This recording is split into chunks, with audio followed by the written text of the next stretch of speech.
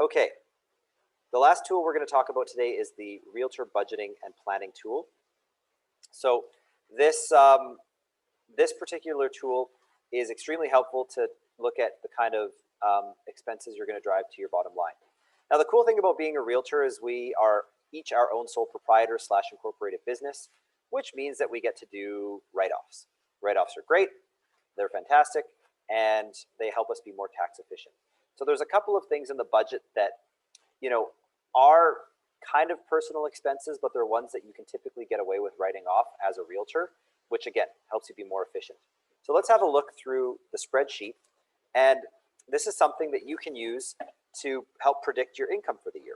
So it all starts with your lead generation plan by targeting how much revenue that you want to create for yourself based on your activities. You then reverse engineer that back into your calendar. And then finally, we help populate a budget to help you be more effective as a realtor so that you keep track of what expenses you're spending as a realtor. In addition to that, it helps you plan for what your income for the year is going to be. So let's get into the Realtor budgeting tool. Okay, so the Realtor budgeting tool. The first piece that we have, again, are our yellow variables that tell us what our production is going to be. So I built this budget with two assumptions. Assumption number one, we're doing business in Edmonton. So the average commission at Edmonton is $8,000 a deal. 50% of that with the Mogul split is about $4,000.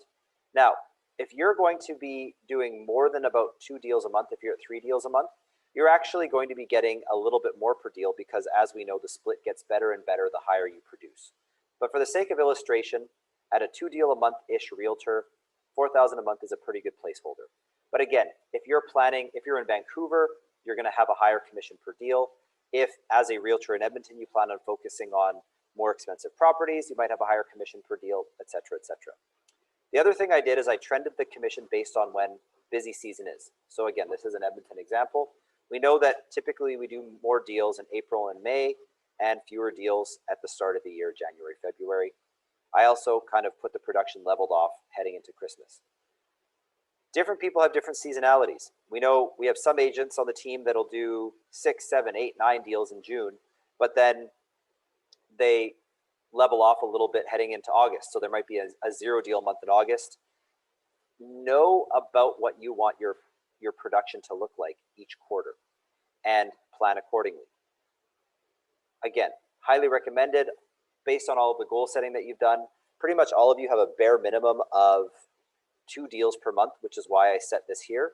However, I know a lot of us are going to be top production 4, 5, 6 deals a month. So, this is a 27 deal year. 4 deals a month is 48. So you're going to adjust accordingly. So this is a budget that I would describe as a minimum production, 2 deal a month realtor. However, we know that, a lot of the realtors on the team are producing at a much higher level than this. I also, from an EXP perspective, put in revenue share. So some of you have already started building your revenue share. You put in the number of agents you have in your revenue share group here, and it'll calculate, averaging out monthly, how much revenue share you should be earning. So if there's 3 people in your revenue share group, this is, a pretty fair expectation of what that group is going to produce for you. The next piece is the EXP Agent Equity Program. So we know that EXP gives you bonus shares in the company if you save using the Agent Equity Program. And that basically calculates out to 0.5% of your commission for the month. So, we also put in our earning potential as that bonus from EXP. Now, because we don't know, at what rate the shares are going to grow at. I mean, in 2020, they basically went up by 1,000%. Who knows what 2021 will hold? So I'm not calculating any share growth. What we're just calculating is how much of a bonus that you get to keep. And then you also get a bonus when you sell your first deal of the year. You also get a bonus when you hit your cap. So I put both of those bonuses in here as well so that your bonus is being calculated to give you a full perspective of what your total income for the year is. Now, everybody's going to be a little bit different. So these are some placeholders, but you got to put in what works for you. So let's say that you have a vehicle payment of $500 a month. You always put in payments as a negative. So let's say that you own your vehicle without a loan or a lease. Well, then you put zeros in for this. So put in what applies to you. Put in your insurance payment, how much you spend on maintenance every year, how much fuel you're purchasing, what you're spending on parking. This might be more applicable in Vancouver than Edmonton because parking's a little bit more challenging here. And then license and registration for the year. So again, make sure that any expenses put in as a negative and put in what applies to your specific vehicle here. Next piece, travel expenses. Now this typically applies for a couple of years ago when we were much more active attending conferences, basically pre-COVID. Some of these conferences we'd be traveling to. So these would be putting in travel expenses for conferences that you're going to. In 2020, we did no travel. And in 2021, we have no business travel plan. So for now, these placeholders are all zero. Next, we've got our client perks. So we know that we want to get our clients a closing gift. I like to give out gift cards to people that mention my name and have a referral. And then there's client meals and entertainment. Now, if you plan on spending more or you plan on spending less in this department, again, you can put in an amount that feels right for you. But for client meals and entertainment, $100 is good for 5 coffee meetings and 1 lunch. But if you like treating your clients or having more meals and entertainment, then put in the amount that you intend to spend for that quarter. Next, if you have a corporation, you're going to have annual legal fees for the maintenance of your corporation. If you pay an accountant to file your taxes, that's about $1,500. If you use a bookkeeper, that can go in here. Some of you do, some of you don't. I use a bookkeeper, so my bookkeeping fees go in here. Your EXP cap and deal fees. So this directly relates to how many deals that you've done. And then because you're an agent on the team, your cap gets cut in half. So you, instead of paying $16,000, you only pay $8,000. So the month that your cap comes out is really in relation to your start date with EXP, as well as how much production you're doing in a month. But that's a little bit difficult to predict. So I just put in a placeholder. We know our cap with EXP is 8,000. So we put in, I put in 2, 2, 2, and 2 because a lot of the agents in Edmonton, their cap reset date is in September. But again, put in what applies to you. We know that, we've got an $8,000 cap.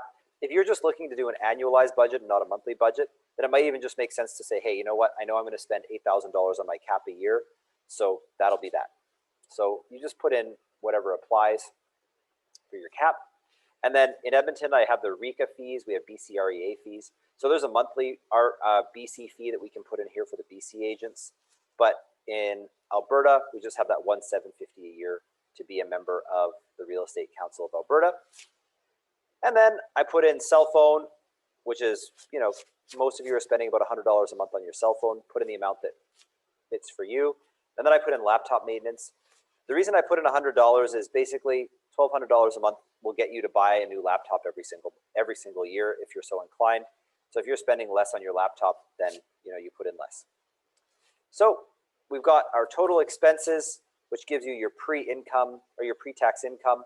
And then I put in 19%, which is about your graduated tax amount here for your income tax.